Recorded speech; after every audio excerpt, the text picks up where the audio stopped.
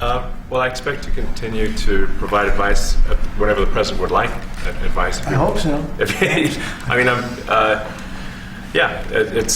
expect to remain a friend and an advisor, and certainly if there's anything the president wants me to do, I'm at the president's service. Mr. Musk.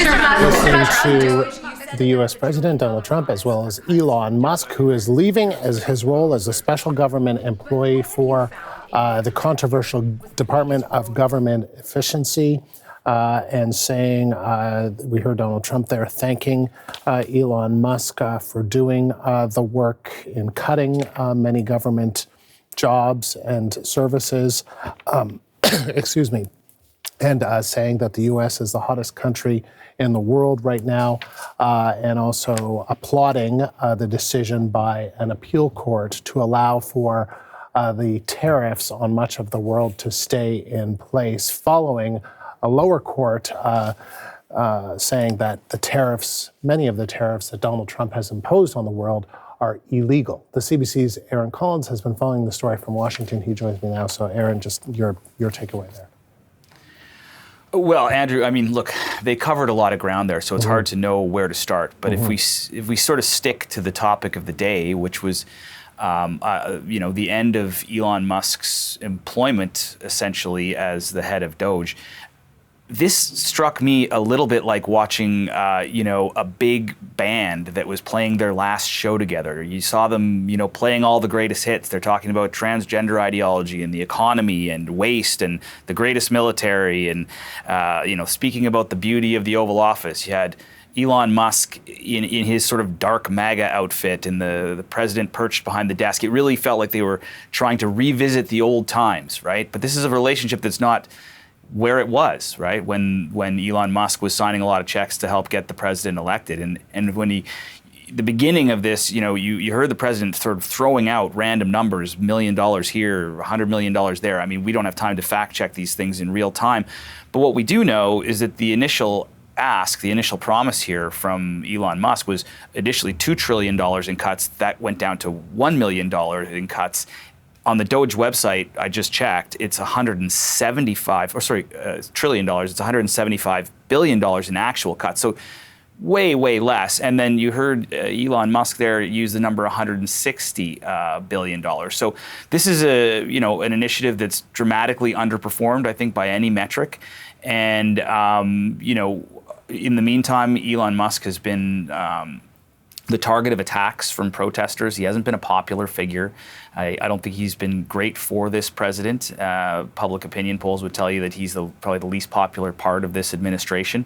So, in a lot of ways, it was time for him to go. And on top of that, his businesses probably need him at the helm and not dabbling in government administration. So you add it all up, and it did feel like sort of an awkward breakup.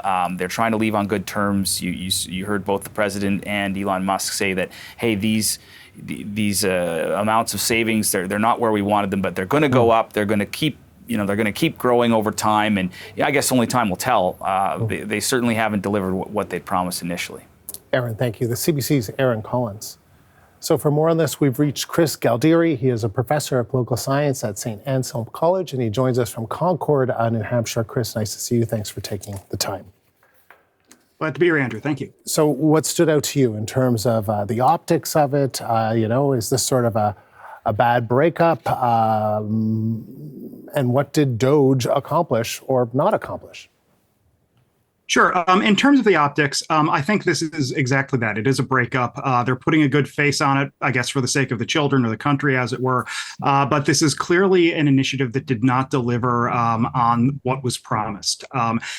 The cuts have been far smaller than were promised, and the cuts that were made were very haphazard, very chaotic. Think back to January and February, how many times we would hear that thousands of employees from this or that government agency had been fired or let go, only to get calls the next week asking them to come back to the office because it turned out their jobs were important.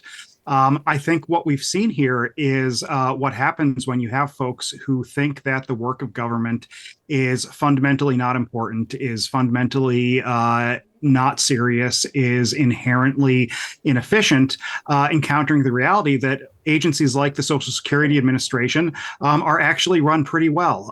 Agencies like the Veterans Affairs Administration are by no means perfect, but tend to do their jobs pretty well and are full of people who want to do good jobs in service of the public interest. Do you think DOGE is going to continue, or was this just some nice words from the U.S. president as the midterms get closer? Is this kind of just going to go away? My guess is that it is going to recede into the background without somebody like Musk, who's such a visible figure, heading it up. There's, note that there's been no real announcement of a replacement, and any replacement wouldn't have the public profile of Musk, who is, among other things, the richest person in the world. There's been no new successor. There's no announcement of who's taking the reins or anything like that. So my guess is that while something called DOGE might continue to exist in some form, I don't think it will have the same sort of scope and influence that it's had in the first months of the second Trump administration. He may be the richest person in the world, but Elon Musk, not very popular. What's your sense of that? Yeah, that's correct. Musk is a very unusual character. He has alienated a lot of his core customers. If you think back to, Tesla, those are electric cars. Most of the folks who bought Teslas and own Teslas are probably folks who tended to vote for folks like Barack Obama and Joe Biden and Kamala Harris in the last few elections. Those folks are very angry with Musk for his role in the Trump administration. So I think, he's going back to a business empire that is not what it was. I think Tesla has a lot of public relations work to do. I think, he's taken blows overseas in countries that have been hurt by some of these cuts to, for instance, U.S. foreign aid programs. So I think, Musk has really got to either focus on his business empire or figure out a new way to approach politics, because what he's done there has not been working for him. Can I ask you on another topic that Trump brought up, and that is tariffs, saying that he is happy that his tariffs will be able to stay in place following this lower court that said that they were illegal in this appeal process, that they can stay in place. Where do you make of where that is all going?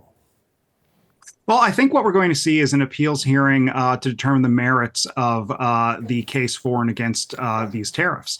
I think, what we've seen is that the tariffs are very unpopular.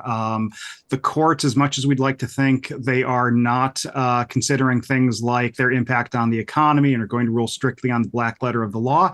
I think they are going to be extremely reluctant to uphold these. That lower court decision was a panel that involved a Reagan judge, an Obama judge, and a Trump judge, I believe. So it's not exactly like he drew a panel of very liberal anti-Trump judges. These are folks who come from a variety of backgrounds and thought that the law does not support Trump's argument for these. So I think, right now the whole trade war is sort of hanging by a thread. And I think it's anybody's guess what will happen if the appeals court ultimately winds up ruling against it. Chris, good to see you. Thank you. Chris Galdieri, professor of political science at St. Anselm College.